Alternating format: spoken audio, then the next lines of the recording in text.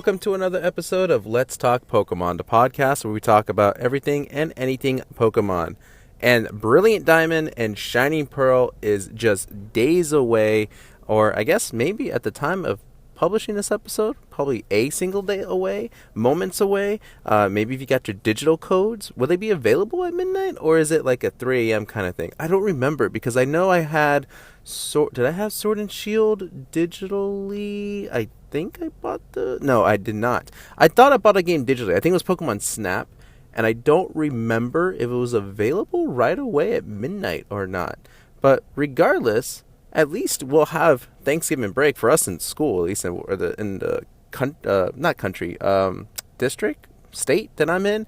We're on Thanksgiving break soon, and so it's good timing, so that way we can spend all of Thanksgiving break to play both Brilliant Diamond and Shining Pearl all the way through, complete the Pokedex if necessary, do some underground stuff, find some slates, which we'll talk about later. I feel like there's a lot to do in this game, and I know there's already been leaks. There's already been like stuff, there's early copies out there, people already talking about the game. I've avoided most of that stuff, and even if I did read anything, there wasn't anything that kind of stuck to me that I was like, okay, I need to remember this for later. Because I kind of just want to go through the experience on my own. Like, if I mentioned it earlier on some other episode, Diamond and Pearl were kind of games that brought my attention back to Pokemon. I don't think there was a single generation I really missed, but I believe between Ruby and Sapphire and Diamond and Pearl, I wasn't into Pokemon as much as I was, I guess, still going through Red and Blue, Gold and Silver and all that.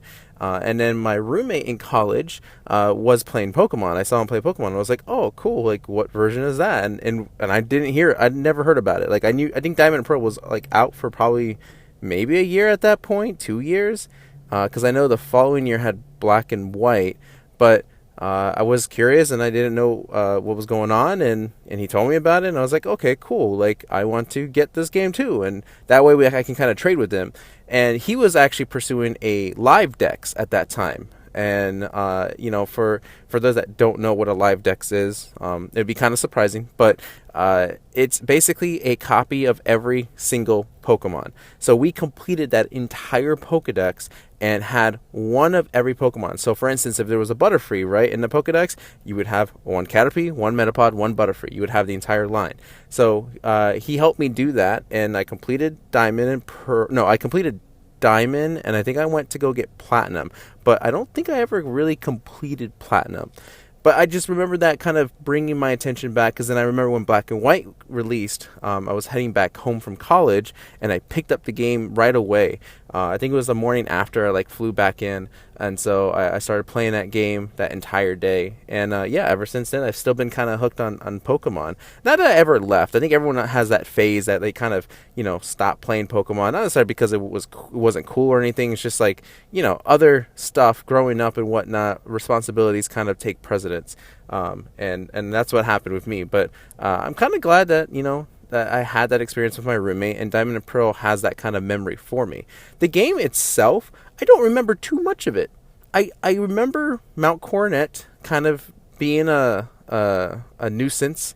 I do remember the underground stuff, but I wasn't really big on it. I think I just did it a few times, kind of decorated my base, but then I was like, why would I ever want to come back down here?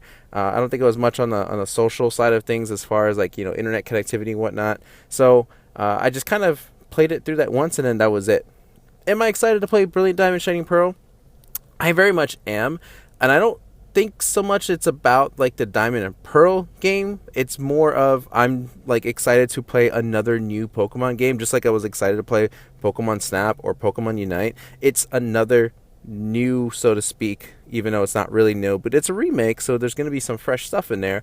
It's just a new experience, and that's what I'm most excited for. And I'm going to be playing Brilliant Diamond first. I'm going to do that all the way through, and like I said, I'm going to be on Thanksgiving break, so I am going to probably take the first couple of days of its release just to play that game all the way, as much as possible, almost nonstop, kind of push aside other things I probably have to do and just kind of go through that game and experience the whole thing. And then the post-game stuff, I hear I don't know. I don't know how I feel about it. Well, I would assume the post game stuff is the slate stuff, which again we'll talk about in a moment. But let's talk more about some Brilliant Diamond Shining Pearl stuff that's happening in the Pokemon world. And surprisingly enough, not as much as I would have expected, but maybe they're just kind of waiting to surprise drop some things. So, for example, if we talk about Pokemon Masters, there hasn't been an announcement of an event to celebrate Diamond and Pearl, which is odd because they did an event for Let's. Did they? No, not for Let's Go. They did an event for Sword and Shield. I'm trying to think. I know they did an event for another Pokemon game, but at least not necessarily like to focus in on it, but to help support it. I'm trying to think. I know. Okay, so I know Pokemon Go always does their celebrations to the other games, and we're going to talk about the Pokemon Go event, or at least the Brilliant Diamond Shining Pearl event in Pokemon Go. But there's nothing going on in Pokemon Masters. Like, I would assume maybe they re-released Palkia and Dialga, those storylines to get those legendary pairs. Maybe they'll surprise drop us this weekend. I'm not entirely sure. But, you know, it's just been kind of quiet. And they're going right now through their Poke War games or whatnot. A storyline that follows Guzma, Jasmine, Hilda, and Diantha. Diantha. And kind of like this sort of like this tournament style battle. They have like very special suits. It's okay. I have issues again more with Pokemon Masters just because it's becoming too much. Like, it's been evident that it's becoming very much just like collect all the sync pairs kind of game and not so much on the story and the battling, which is kind of bothering me. But again, I would have liked to see something more Diamond and Pearl focused since we're pretty much getting to the release date. What else is there? Pokemon Unite doesn't seem like there's a Diamond and Pearl anything related to it. We are getting Decidueye on the 19th, which is pretty cool. Decidueye is probably one of my favorite Pokemon, at least grass Pokemon, and a starter that I was almost tempted to start with in Sun and Moon, but that's an Alolan Pokemon. That's Sun and Moon.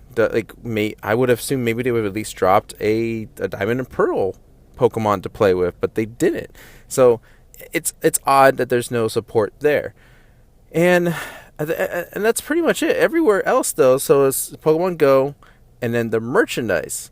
Everything is kind of supporting that. So, in merchandise-wise, if you haven't seen them, there's Diamond and Pearl promotion on Capri Suns, which is extremely cool.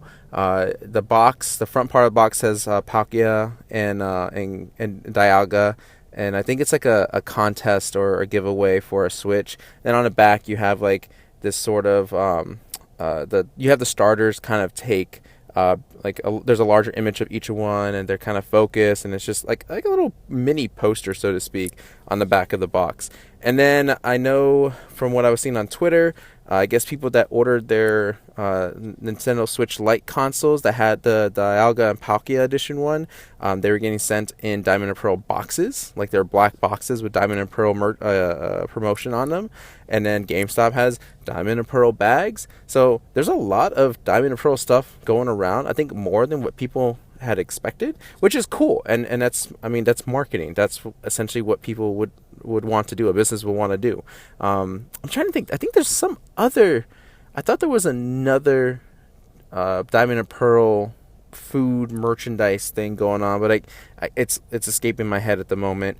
And then we have Pokemon Go, and I think that's where we'll start with first, and then we'll head into talking about the post-game or supposed post-game stuff, so the newest information that we've gotten from Pokemon Company about Diamond and Pearl.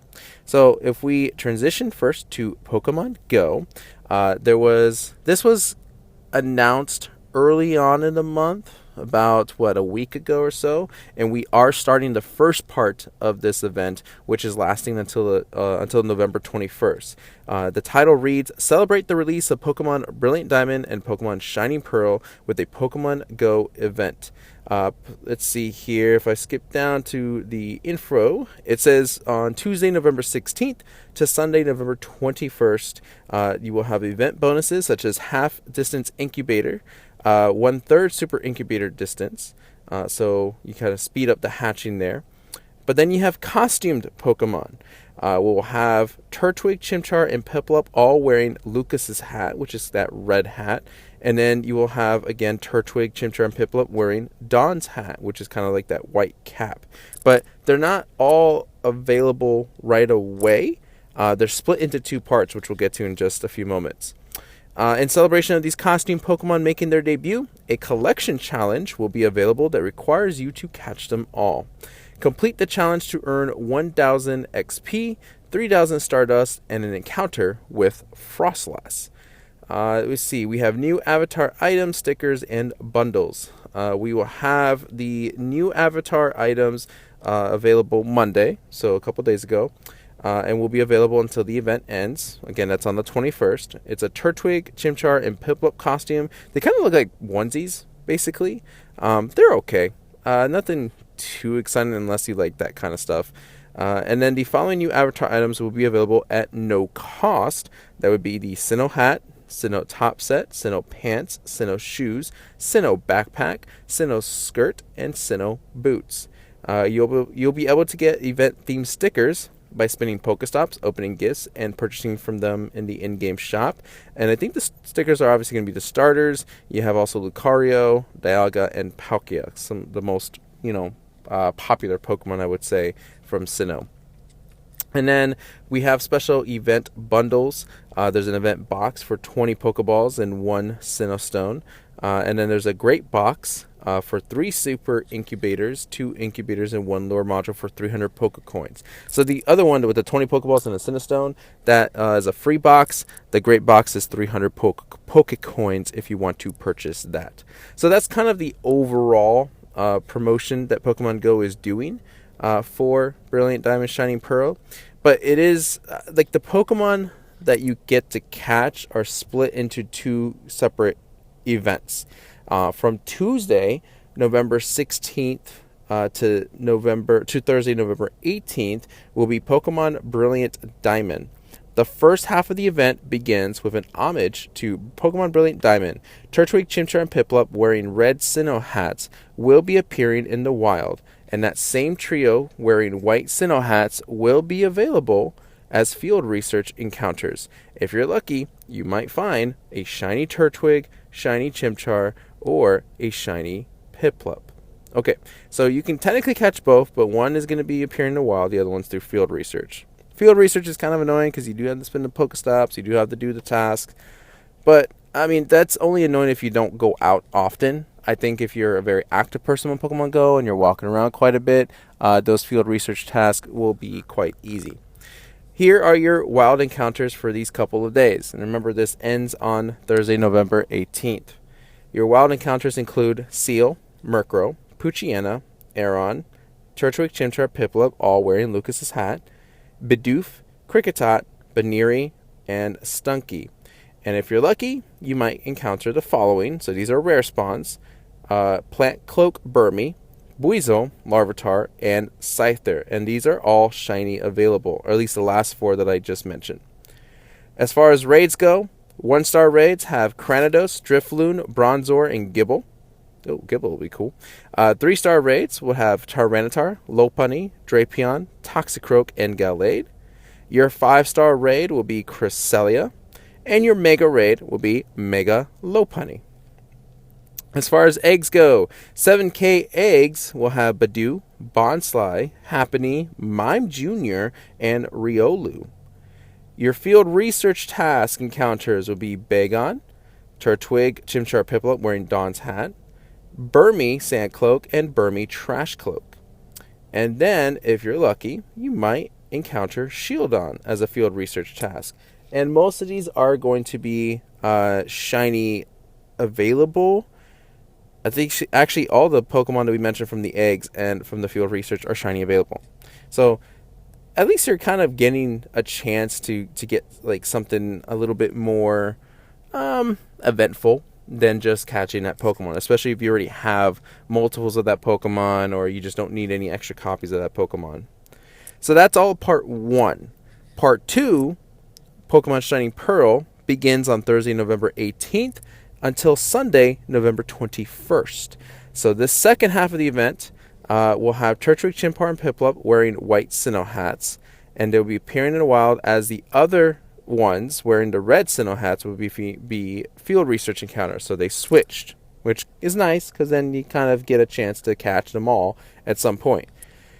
Your wild encounters this time for Shining Pearl include Pinsir, Mischievous, Houndour, Spheal, Turtwig, Chimchar, Piplup wearing Dawn's hat, Bidoof, Kricketot, and Baneri, and also Glameow. I can't believe I almost forgot Glameow. Your lucky encounters would be Slowpoke, Bagon, Buizel, and Sandycloak Burmy. Now, all the Pokemon I just mentioned are shiny available except for Spheal. Spheal does not have its shiny available just yet. Now, as far as raids go, 1-star raids will have Shieldon, Drifloon, and Bronzor. 3-star raids will have Salamence, Lopunny, Drapion, Toxicroak, and Gallade. 5-star raids will still have Cresselia, and your Mega Raid will still be Mega Lopunny. As far as 7K eggs, same Pokemon, Badoo, Bonsly, Happiny, Mime Jr., and Riolu. As far as field research encounters, so again, it's the starters wearing Lucas's hat. Then you have Plant Cloak Burmy and Trash Cloak Burmy. And then your lucky chance of getting Larvitar and Cranidos also would be in those field research counters. And again, those are shiny available. And that's about it. So it's kind of a smaller event, only lasting, about 5 days or so. Mostly the focus, I would say, probably is on the starters wearing the hats. It's just another collectible Pokemon to add onto your Pokedex or into your collection on Pokemon Go. The Mime Jr. might be kind of worth getting because I don't think Mime Jr. is that common of a Pokemon, or I wasn't sure if it was even available to get in eggs before. So that is something that's definitely worth going after. And I think that's pretty much it. I am a little surprised, though, that there is no Dialga Palkia raids. I mean, they have not been in raids for much at all. And I think we talked about this before, especially when we were doing Pokemon Go Fest, that it was cool to see them come back. But I think even before that, maybe one more time. Like, they have been there less than a handful of times, which is a lot, kind of saying, like, in comparison to other legendaries who have come back repeatedly, it's very surprising how little attention Dialga and Palkia get. And I'm not exactly sure why, if there's a specific reason. Like, I think I was kind of thinking they were just save it for a big, sort of remaining in raids for a while when Diamond and Pearl remakes came out. We're reading the event right here, and the 5-star raid is Cresselia. Not even Giratina is part of this. So I'm not exactly sure what their mentality is or their thinking is behind those two legendary Pokemon, because I would assume putting them available, especially with shiny available, people would definitely go more for those raids. So I don't know. I'm curious if you guys have any thoughts behind that, or if you know of a reasoning that I'm not aware of. But it's just a little odd to me. Kind of a missed opportunity. Unless maybe it's for the following week. Who knows? Okay. Well, that's it for Pokemon Go. Let's go ahead and talk a little bit about some of the recent information that we got regarding Diamond and Pearl and possibly the post-game stuff, which most likely is going to be the post-game stuff. So I'm taking all this info from Cerebi.net. The latest news mentions some mythical Pokemon as well as the separated legendary Pokemon and where you get each one in its version. You can get Jirachi in Brilliant Diamond and Shining Pearl if you have a Pokemon Sword or Shield save. So if you're playing on your Switch, you've had, your Pokemon Sword and Shield playing, you've had your save file in there, you get to have a Jirachi. Okay? But if you have also a Pokemon Let's Go save, whether it be Pikachu or Eevee, you get a Mew. Now, there's also no word or confirmation whether or not you can get the shiny. I doubt it, though. Usually they don't do shiny Pokemon like that. I think the only shiny available that we have is the shiny Mew and the shiny Celebi through Pokemon Go. And then there was that code you could have gotten for shiny Celebi through Sword and Shield. But otherwise, I mean, it's just cool to have them in general, to have the Mew and to have the Jirachi. Okay, now we have a patch update coming through for these games, and that patch will release on November 11th, which has already passed by for sure. But we've found out that this includes communication features, in-game movies and effects, and post-game content. And then there's going to be a later patch that's planned to increase the amount of people in the Union Room from 2, as well as to activate the Global World Service and Coliseum area inside a Pokemon Center. So they're obviously still working on the game, and they're just going to go ahead and just patch things through as they finish building them, which is a common thing now in video games where they start shipping out the games and then they'll have like a day one patch. Some people hate it. Some people, like it.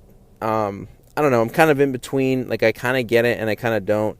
It also kind of keeps people from, like, gaining all the content that the game could offer. So that way there'd be less spoilers. I don't know. I'm kind of a mixed bag on it. But as long as the game feels complete, I don't have any big issues with that. All right, now we also have we got a video about Ramanus Park that is located in the game, and in this area, you get to walk around into different sections and use slates to summon legendary Pokemon. So it says here, Ramanus Park allows for you to use slates obtained through the underground to get various legendary Pokemon. So here are the exclusives. Raikou, Entei, Suicune, and Ho-Oh are exclusive to Brilliant Diamond. Articuno, Zapdos, Moltres, and Lugia are exclusive to Shining Pearl. And the Ramanus Parks looks cool. My only concern with it... Well, actually, let me take a step back. The slates are pretty neat. The slates are basically like the Game Boy cartridges, or like the Game Boy Advance cartridges too, and they have like this sort of old, like ancient look to them. It looks like there's like roots growing around them or whatnot. It's a pretty neat, cute little concept. And once you find one, you go to the altar, you put it in a slot, then therefore you have the legendary encounter. I would assume they give you that encounter to battle and catch it, and not necessarily like, hey, congratulations, here's a Pokemon. And I'm wondering if people will soft reset, but I'm wondering if that is an option to soft reset to get a shiny of that legendary. But as far as I don't know, I don't like the idea of going through the underground to get it, because like I said before, I wasn't really that big of a fan of the underground. It was okay to me, and the digging stuff kind of got tedious, and so I don't want to have to dig for these sites. Like, I wouldn't mind if it was something else, like if I had to solve puzzles or riddles, go to caves and do all that stuff, and to kind of find these slates. But to kind of dig, I don't know. I feel like at some point I would just get bored, and I just may not want to pursue the slates. But maybe that's not how it's done. Maybe it's through like the statues, because they did say like shifting the statues or putting certain types of statues will change areas in the underground that you go through. So maybe you'll find the slates that way. I'm curious what that's going to be like. And seeing that this is like the newest info right before the release, this does seem to be obviously the post-game stuff. I don't think they're going to give you the chance to catch these legendary Pokemon before or throughout the story. So, it's an okay post-game. I mean, it is a remake of an older game. So, they don't want to do the exact same thing, but they also don't want to go completely overboard to kind of to pull you away from your original experiences. So, this is kind of maybe like a compromise, so to speak. It's fine. I don't know how long that will last for many players. I think these games are just going to be, yep, we played through them, we complete our Pokedex in a very short time, and we're done. Let's call it a day. But that could also be good timing for when Legends of Arceus comes out in January, right? Because people would be technically done with at least one version of the game before moving on to the next Pokemon game. And maybe that was their plan. Maybe that's why there's not a whole lot seen in the post game. Also, one small percentage perspective of this is that they're obviously holding back a lot of stuff.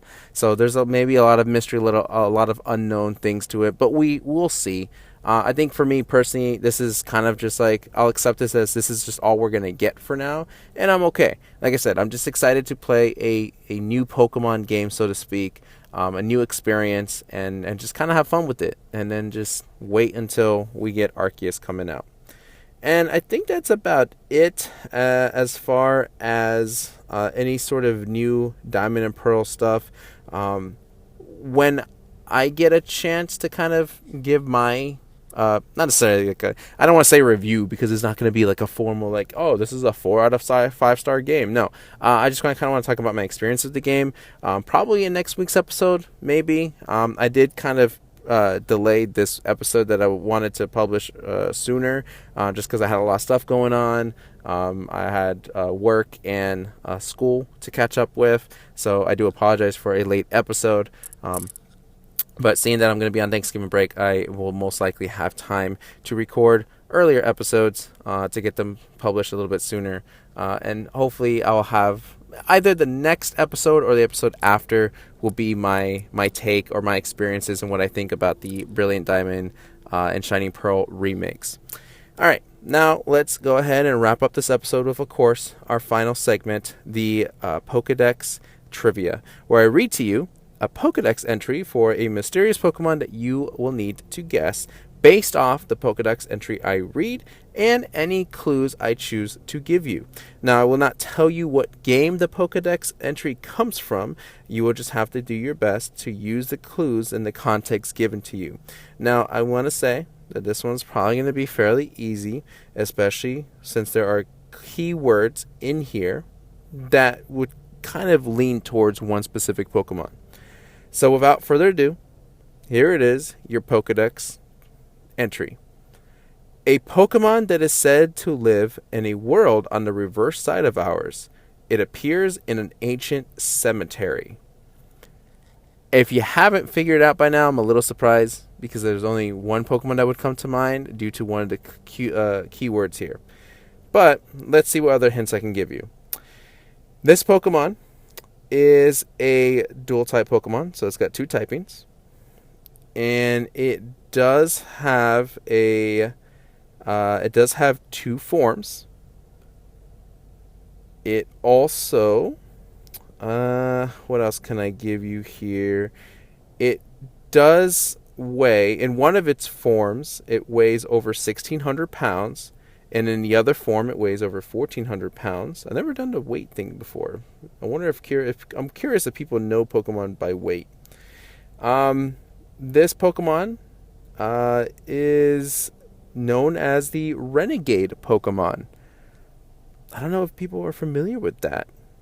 All right, I'm going to read the entry to you one more time, and then I'll reveal what the Pokemon is. Like I said, I think this one's pretty easy for most of you to guess. A Pokemon that is said to live in a world on the reverse side of ours. It appears in an ancient cemetery. Okay, go ahead and lock in your guess. Pretty sure you got it, but the Pokemon is none other than number 487, Giratina. Yep. The other Pokedex entries mentions Distortion World or a Pokemon that is banished. Distortion World actually is the most common phrasing in almost all of its Pokedex entries. But even the one I just read, Reverse Side of Ours, a world in a reverse side, that kind of, I would have assumed, gave it away. Giratina is a Ghost Dragon Pokemon, which is actually a really cool typing. Giratina I've kind of grown to appreciate more and more, and I think I like its altered form more than its origin form. I guess I think the altered form looks more dragon-like than the origin form itself, and it's a pretty heavy Pokemon. I don't understand how Ghost Pokemon have weight.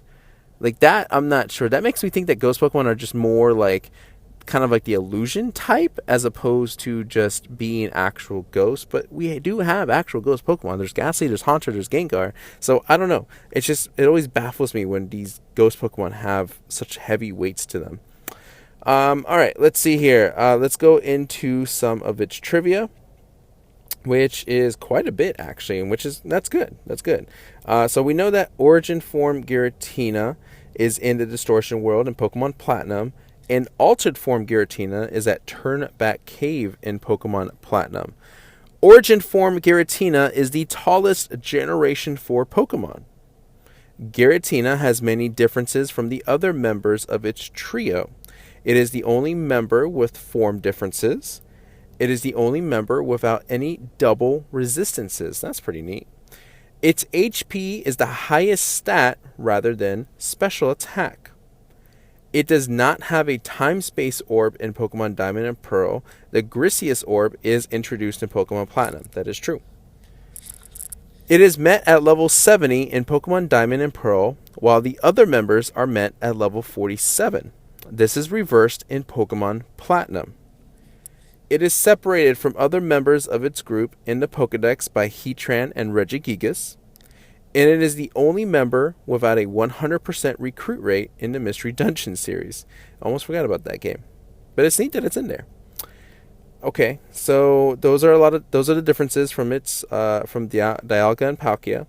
Other trivia include Giratina is tied with Lunala, Dawnwing's Necrozma, and Shadow Rider Calyrex for the highest base stat total of all Ghost-type Pokemon.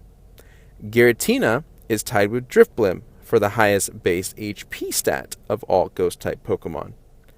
In Pokemon Platinum, Origin Form Giratina is the only Pokemon to come out from above the screen during the start of the battle. That's I guess, an interesting piece of little trivia that I don't think a lot of people would have, like, not to sound rude, but would have cared to have mentioned. In Pokemon Platinum, when battled in the Distortion World, it does not have a shadow until it uses Shadow Force or breaks out of a Pokeball. That's interesting. I didn't notice that. Giratina is the only legendary Pokemon that can be obtained in all 5 of the Generation 4 Core Series handheld games. In Pokemon Heart Gold and Soul Silver, the second frame of Giratina's altered form sprite was changed, but the static sprite remained the same. This sprite is also present in Pokemon Platinum's data, but is unused. In Pokemon Platinum, when encountered in the Distortion World, the unique message the Distortion World's Giratina appeared is displayed. However, it is still a wild Pokemon. In Black 2 and White 2, in the battle between legendary Pokemon, Fantina has an Origin Form Giratina without a Griseous Orb. I did not know that. See, I never finished Black 2 and White 2, so there's a lot of content there that I feel like I'm missing out on that's probably pretty good. I really got to get back and replay those games. Alright, last bit of trivia here. Altered Form Giratina is the heaviest Ghost-type Pokemon. Origin Form Giratina is the tallest Ghost-type Pokemon. So, lots of information for this one. Yeah, I remember I did play Platinum. I did beat it. I never really completed a lot of the post-game stuff, I think. But I do remember getting Giratina. I'm curious if any of the Platinum story stuff is going to be in the remakes. Because it would be kind of weird if it isn't. And we're kind of left without part of that story. Is there a remake where they've included... I'm trying to remember. Omega Ruby Alpha Sapphire. Did it have the Emerald stuff? I can't remember if it had the Emerald stuff or not. But I kind of hope so. I would like to catch Giratina in this game. And I have a feeling that you can. Again, they're just not going to show us all the cards to the game just yet. All right. Well, there you go. There's all the trivia for Giratina. And thank you guys so much for your time. Thank you guys so much for your patience. Much appreciated. If you want to follow me on social media, you can follow me on Twitter and Instagram at SpartanStrike07. You can also subscribe to the YouTube channel if you desire, if you so choose so, even though the only thing on there right now are a lot of my older videos of pack openings, but also more currently just the podcast episodes. No video, no visual per se that really important to catch. It's just my logo. I think as I get kind of towards the new year, I do kind of want to change up some stuff and kind of focus more on the video aspect and change the screen and maybe kind of put like data and stuff on there, so that way when I'm actually reading it or talking about it, you kind of have those bullet points to follow if you choose to watch the video version. I don't know, there's a lot of things I kind of want to do since we're approaching the new year, and kind of want to freshen some stuff up, especially since I've been doing this for almost a year. And yeah, if there's any feedback you guys want to give me at all, please just let me know, like, what you think I should do with the podcast. If you're okay with just me talking about my opinions on things, you can write me an email at spartanstrike07@gmail.com. Any and all sorts of communication is much appreciated. And that's pretty much it. So good luck on your adventure in Brilliant Diamond Shining Pearl. I hope you guys have lots of fun this coming week, and I will look forward to talking to you next time, hopefully mainly about Brilliant Diamond Shining Pearl, but if not, just about anything and everything Pokemon.